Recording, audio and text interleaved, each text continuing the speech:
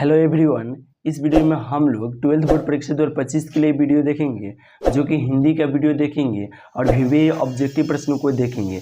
यानी कि इस वीडियो को देख लेते हैं आप तो 12th बोर्ड परीक्षा 2025 में इसी वीडियो से बहुत ऐसा ऑब्जेक्टिव प्रश्न सीधे आपको परीक्षा में देखने को मिलेगा। इसलिए इस वीडियो को देख के सभी प्रश्नों को याद कर लीजिएगा। तो चलिए हम लोग सीधे प्रश्न को देखते हैं।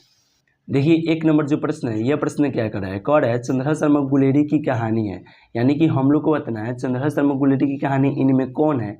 तो आप याद रखिएगा, चंद्रहास शर्मा गुलेरी की कहानी जो है वो उसने कहा था। ऑप्शन ए क्यों नहीं हुआ है? तो वो रोज जूठन पाठ के जो लेखक है वो ओम प्रकाश वाल्मीकि जी है, और रोज पाठ के जो लेखक है वो अज्ञेय जी है, और तीव्र पाठ के लेखक जो है वो उदय प्रकाश जी है। इसलिए ये तीनों राइट आंसर नहीं हुआ है, ऑप्शन डी हुआ है। क्योंकि चंद्रहास शर्मा गुलेरी पाठ के लेखक जो है वह उसने कहा था, पाठ के लेखक जो है वह चंद्रहास शर्मा गुलेरी जी, इसलिए राइट आंसर ऑप्शन डी हुआ था।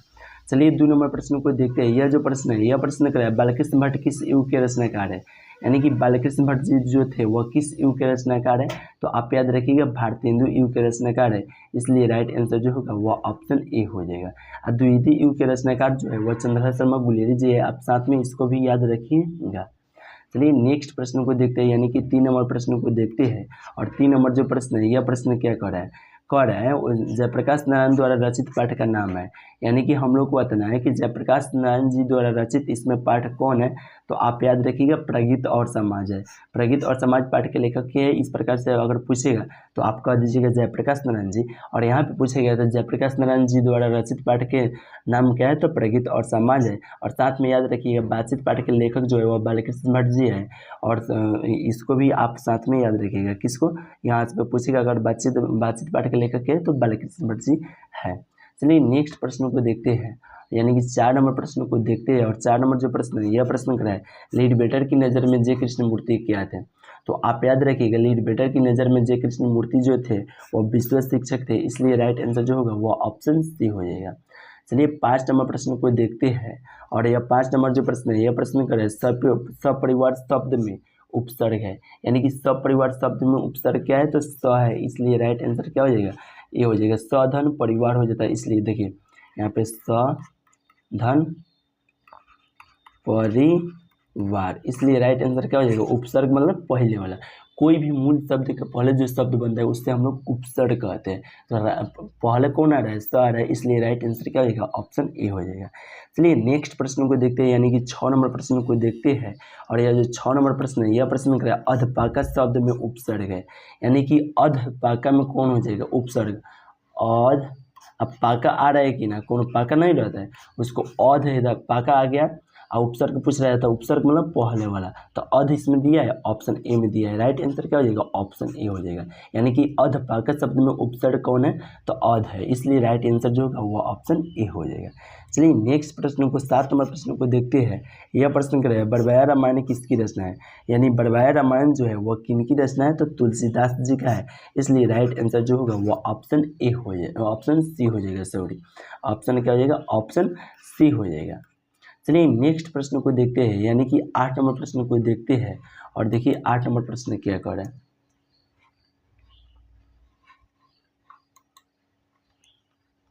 देखिए 8 नंबर जो प्रश्न है, यह प्रश्न क्या है? बीजक के रचयिता कौन है? यानी कि हम लोग को बताना है बीजक जो है उसका रचयिता कौन है। तो आप याद रखिएगा, बीजक के रचयिता जो है वह कबीरदास जी है, इसलिए राइट आंसर क्या हो जाएगा? ऑप्शन बी हो जाएगा। बीजक के रचयिता कौन है? तो कबीरदास जी है। 9 नंबर प्रश्न को देखते हैं। यह प्रश्न क्या है? ओ सदनीरा किस विद्या के अंतर्गत आता है? यानी कि ओ सदनीरा जो है वह किस विद्या के अंतर्गत आता है? तो निबंध के अंतर्गत आता है, इसलिए राइट आंसर जो होगा वो ऑप्शन बी हो जाएगा। चलिए 10 नंबर प्रश्न को देखते हैं। यह जो प्रश्न है, यह प्रश्न क्या है?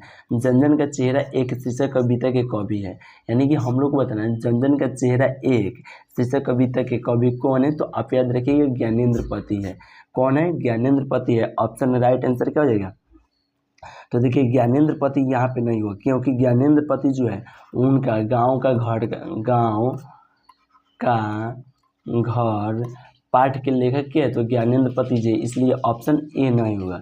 जनगण का चेहरा एक शीर्षक पाठ के लेखक जो है वो गजानन माधव मुक्तिबोध जी है, इसलिए राइट आंसर जो होगा वो ऑप्शन बी हो जाएगा। आप साथ में याद रखिएगा नामवर सिंह जो है वो प्रगति और समाज पाठ के लेखक है, इसलिए यह भी नहीं हुआ। राइट आंसर क्या हो जाएगा, ऑप्शन बी हो जाएगा। चलिए नेक्स्ट प्रश्न को देखते हैं, यानी कि कितना नंबर प्रश्न को देखते हैं।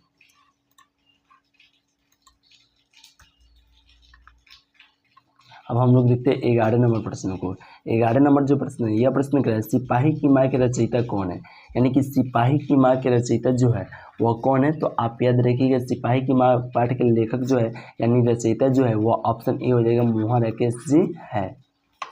चलिए 12 नंबर प्रश्न को देखते हैं, और देखिए 12 नंबर जो प्रश्न है, यह प्रश्न क्या कर रहा है, कह रहा है धीरे धीरे शब्द में कौन सा समास है, तो अव्ययीभाव समास है। धीरे धीरे शब्द में कौन सा समास है, तो अव्ययीभाव समास है, इसलिए राइट आंसर जो होगा वो ऑप्शन ए हो जाएगा, अव्ययीभाव समास है। देखिए 13 नंबर प्रश्न को देखते हैं, यह जो प्रश्न है कह रहा है अर्धनारीश्वर शीर्षक पाठ के लेखक है, यानी कि अर्धनारीश्वर शीर्षक पाठ के लेखक कौन है, तो रामधारी सिंह दिनकर जी है, इसलिए राइट आंसर जो होगा वो ऑप्शन सी हो जाएगा। चलिए नेक्स्ट प्रश्न को यानी कि 14 नंबर प्रश्न को देखते हैं, और 14 नंबर जो प्रश्न है, यह प्रश्न कर जय कृष्ण मूर्ति का पूरा नाम है, तो जय कृष्ण मूर्ति का पूरा नाम जो है वह जिद्दू कृष्ण मूर्ति है, जिद्दू कृष्ण मूर्ति है, इसलिए राइट आंसर जो होगा वह ऑप्शन बी हो जाएगा, जिद्दू कृष्ण मूर्ति। आइए 15 नंबर प्रश्न को देखते हैं, और यह जो प्रश्न है, यह प्रश्न कर रहा है भूषण की कविता में कौन सा रस पाया जाता है, यानी कि भूषण की कविता में कौन सा रस पाया जाता है, तो आप याद रखिएगा वीर रस पाया जाता है। कौन सा रस पाया जाता है, तो वीर रस पाया जाता है, इसलिए राइट आंसर जो होगा वो ऑप्शन सी हो जाएगा। चलिए 16 नंबर प्रश्न को देखते हैं, और यह 16 नंबर जो प्रश्न है, यह प्रश्न करे कवियों का कवि किस कवि को कहा जाता है, तो आप याद रखिएगा कवियों का कवि शमशेर बहादुर सिंह को कहा जाता है, इसलिए राइट आंसर जो होगा वो ऑप्शन बी हो जाएगा। किनको कहा जाता है, तो शमशेर बहादुर सिंह को।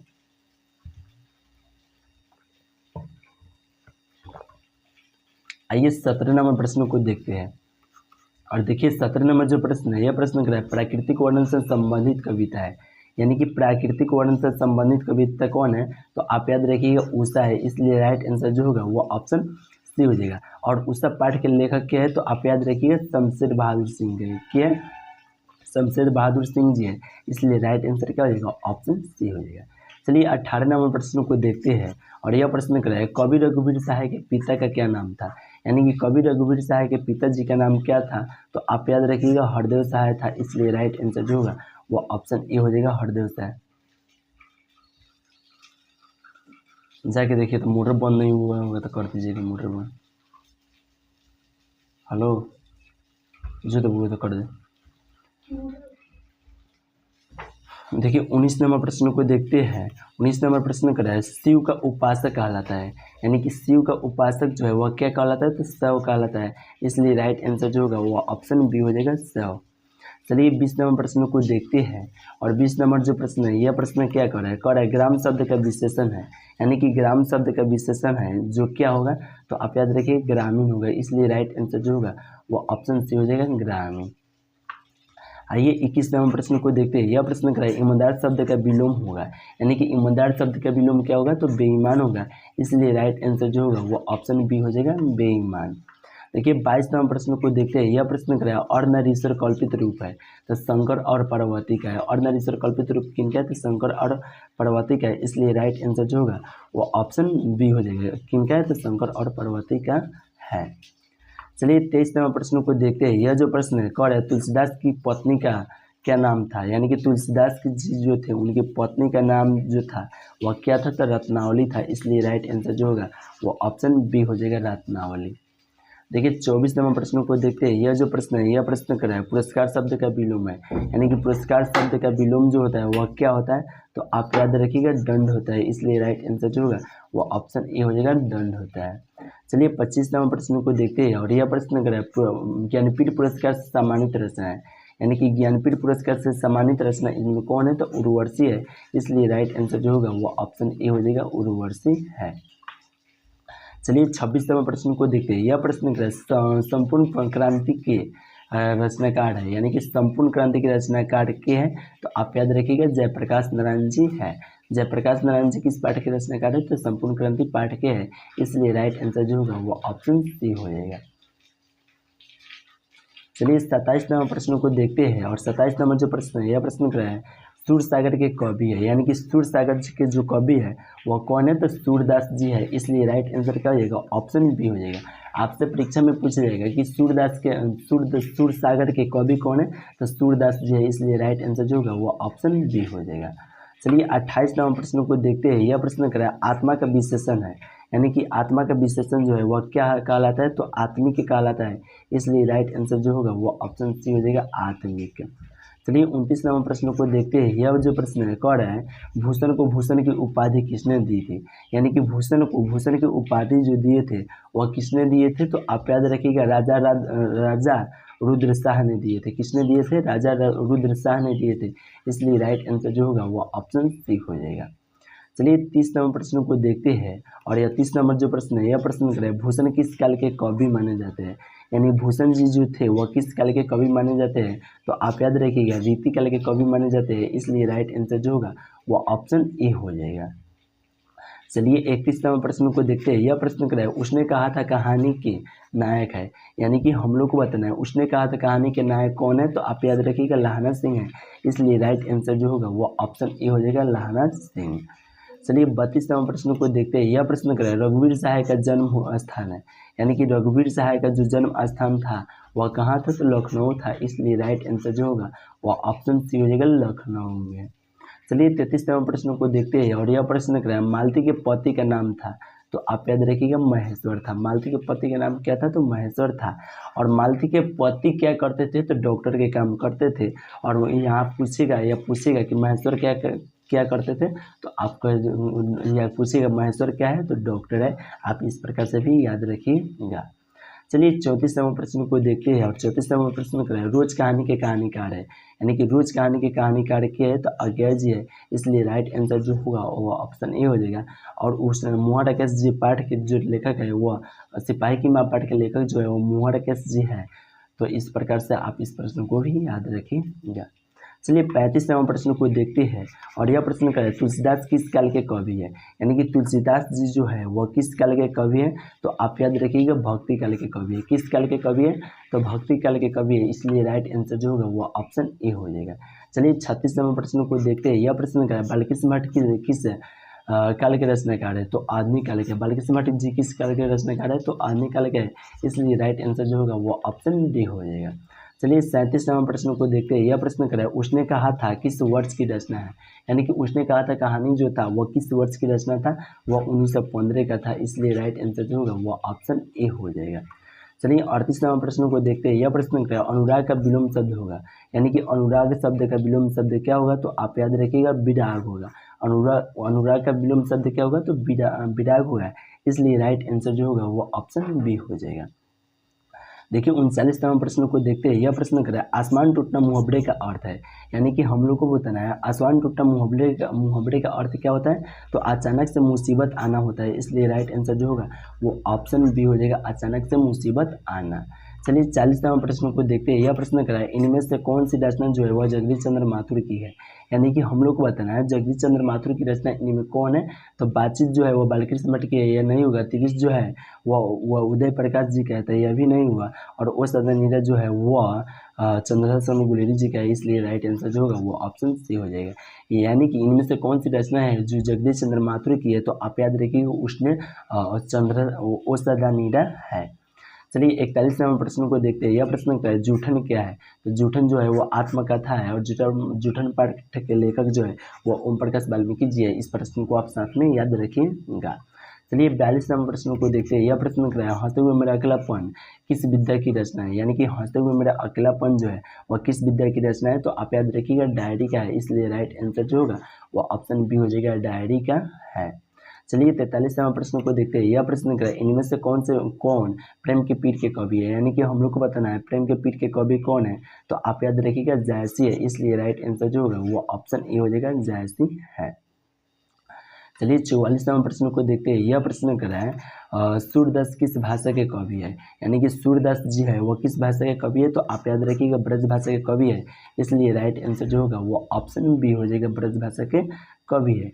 आइए 45वें प्रश्न को देखते हैं। यह प्रश्न कर तुलसीदास के बचपन का नाम क्या था, तो आप याद रखिएगा राम बोला था, इसलिए राइट आंसर जो होगा वो ऑप्शन ए हो जाएगा, राम बोला। तुलसीदास के बचपन का नाम क्या था, तो राम बोला था, इसलिए राइट आंसर क्या हो जाएगा, ऑप्शन ए हो जाएगा। चलिए 46वां प्रश्न को देखते हैं। और यह 46 नंबर जो प्रश्न है, यह प्रश्न कर रहा है नामदास के दीक्षा गुरु कौन है, तो देखिए दीक्षा गुरु अगर पूछेगा नामदास के तो आप याद रखिएगा स्वामी अग्रदास है, इसलिए राइट आंसर जो होगा वो ऑप्शन बी हो जाएगा। चलिए 47वें प्रश्न को देखते हैं। यह जो प्रश्न है कौन है पुत्र वियोग किसकी रचना है, यानी कि पुत्र वियोग जो है वो किसकी रचना है, तो सुभद्रा कुमारी चौहान का है, इसलिए राइट आंसर जो होगा वो ऑप्शन ए हो जाएगा। आपसे कोई पूछेंगे कि पुत्र वियोग किसकी रचना है, तो सुभद्रा कुमारी चौहान का है। चलिए 48वें प्रश्न को देखते हैं। यह प्रश्न कर शिक्षक शीर्षक निबंध के रचनाकार है, यानी कि शिक्षक शीर्षक निबंध के रचनाकार कौन है, तो आप याद रखिएगा जे कृष्णमूर्ति जी है। शिक्षक शीर्षक निबंध के रचनाकार किया है तो जे कृष्णमूर्ति जी है, इसलिए राइट आंसर जो होगा वो ऑप्शन ए हो जाएगा। चलिए 49वें प्रश्न को देखते हैं। यह जो प्रश्न है कौन है संपूर्ण क्रांति का नारा किसने दिया था, यानी कि हम लोग को बताना है संपूर्ण क्रांति के नारे किसने दिए थे, तो जयप्रकाश नारायण जी दिए थे, इसलिए राइट आंसर जो होगा वो ऑप्शन बी हो जाएगा। चलिए 50 नंबर प्रश्न को देखते हैं। और यह जो 50 नंबर प्रश्न है, यह प्रश्न कौन है कि रोज कहानी की नायिका है, यानी कि रोज कहानी की नायिका कौन है, तो मालती है, आप याद रखिएगा, इसलिए राइट आंसर जो होगा वो ऑप्शन ए हो जाएगा। और देखिए आपका इसका पीडीएफ चाहिए, पीडीएफ आपको बिल्कुल फ्री में चाहिए, तो इस नंबर पर आप मैसेज कीजिए 73688601 पर, आपके पास भेज दिया जाएगा और व्हाट्सएप ग्रुप में जोड़ दिया जाएगा। और CW यानी कि करें कमेंट वर्क, यानी कि आप लोग को कमेंट करके बताना है कि इसका राइट आंसर क्या हो जाएगा। यह प्रश्न कर रहा है जयप्रकाश नारायण द्वारा रचित पाठ का नाम क्या है, प्रगीत और समाज है, या बातचीत है, या संपूर्ण क्रांति है, या तिरिश है, यानी कि जयप्रकाश नारायण जी द्वारा रचित पाठ का नाम क्या है, तो आप लोग कमेंट करके बताइए क्या है इसमें। तो चलिए दोस्तों यहीं पे वीडियो समाप्त करते हैं। अगर वीडियो अच्छा लगा होगा तो लाइक कमेंट शेयर जरूर कीजिए तथा चैनल को सब्सक्राइब कर लीजिए, और इस पर ऐसा वीडियो आएगा कि आपको सीधे परीक्षा में देखने को पर्सन मिलेगा, इसलिए चैनल को सब्सक्राइब नहीं किए होंगे तो चैनल को सब्सक्राइब कर लीजिए। चलिए फिर मिलते हैं नेक्स्ट वीडियो में नेक्स्ट टॉपिक के साथ में।